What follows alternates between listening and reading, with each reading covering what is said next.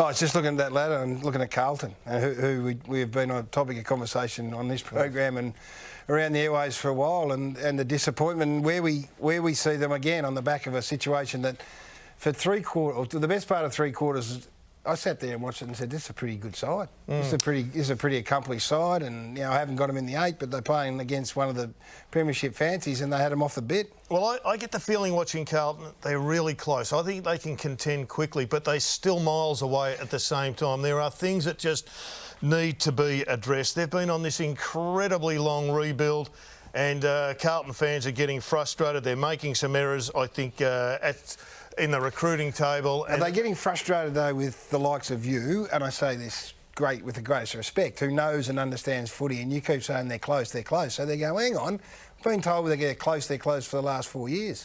Well, I think they are close. They've got 3 or 4 holes to fill through the middle of the ground. I think the recruitment of Zach Williams was an error, but it's really based on defence. As you said, if you can hang with the Bulldogs for 3 quarters, you're not that far away if you address your defence.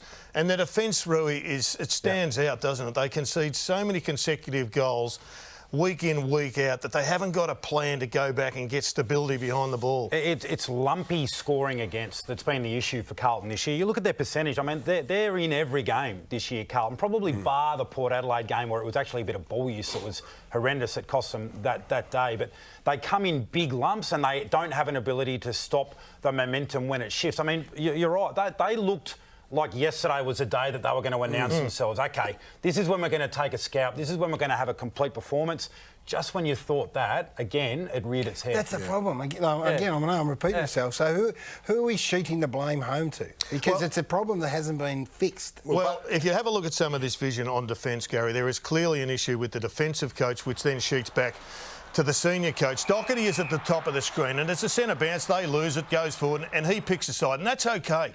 You can go the wrong side. Then you need to equalise the numbers, and they do that. But Doherty is pointing. He needs to start understanding, and he would know this, but he doesn't act.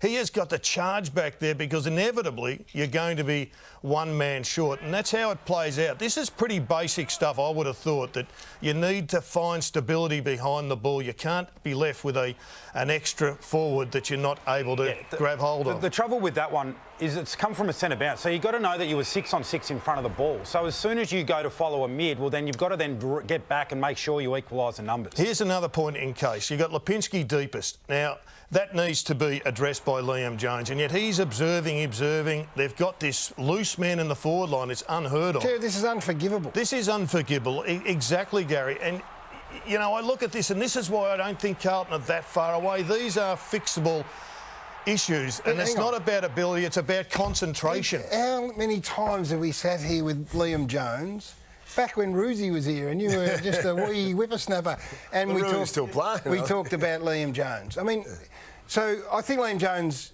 one-on-one does a wonderful job. Yeah. But how long do you keep going to the well with someone that is in a situation where it's game-defining?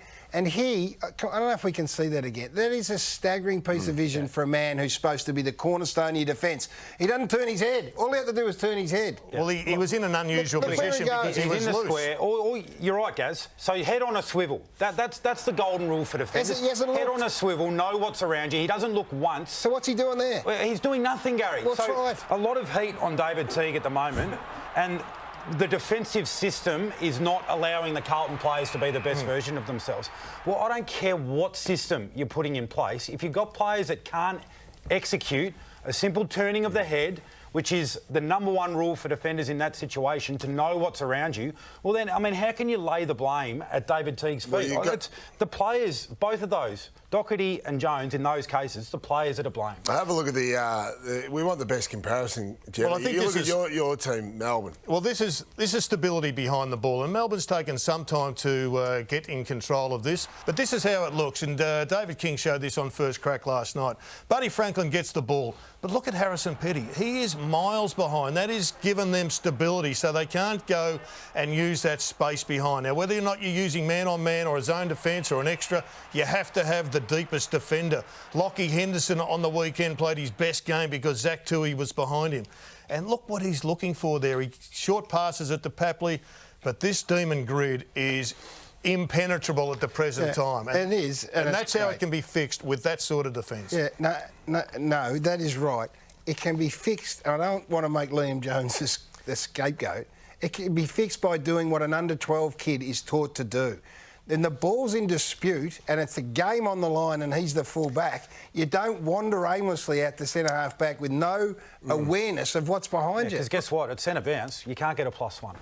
So you have to learn to defend life and death. But that is indefensible. And this is where it breaks down, Brett. Yeah, I know, but that's so centre clearances. Obviously, they were a big problem on the weekend, but just clearances in general were a massive problem. But they were a bad problem for Melbourne too. And look how many points they conceded. They conceded 1 point despite being down 13 in centre bounces. I know they were. I'm just trying to say that your back line, your defensive structure has to be your insurance policy. So yes, you defend it. Your midfielders get beaten, and your midfielders in the post-game meeting, David Teague said, "Oh yeah, the midfielders put the hand up, said it was our fault." Well, I hope the defenders are watching that. I'll certainly be getting shown that vision because, hey boys, you're letting your midfielders down. You might blame the midfielders, but the midfielders got every right to look at you and say, "Hey boys, give us a bit of help from time to time." So Carlton supporters are sitting at home watching, going, "Why? How's it happen? How's it happen?" Well, because you got dumb instances like that. That's why it happens. Well, here's Carlton's next four, Gary. They got the Demons, which is clearly a big one. Hawthorn, they should win.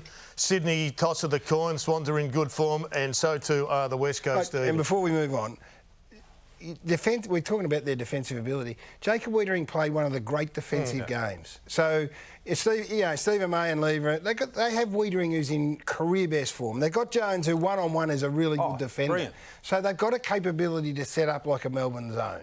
They just didn't. So they've got a couple of their biggest guns out of contract at the present time. And I think the issue for them, and Patrick Cripps has asked for more time, I've got no doubt he's going to sign, but when you have a reference point for managers of an accepted 900, even if it was 850 for Zach Williams, who's not getting a kick at the present time, then you've got a bit of a problem. Yeah, you do, because everyone knows it's publicised, whether it's bang on the exact amount, players hear the rumours, and so Harry Mackay walks in and says, well, I've done X, Y, Z, here's my list of accomplishments.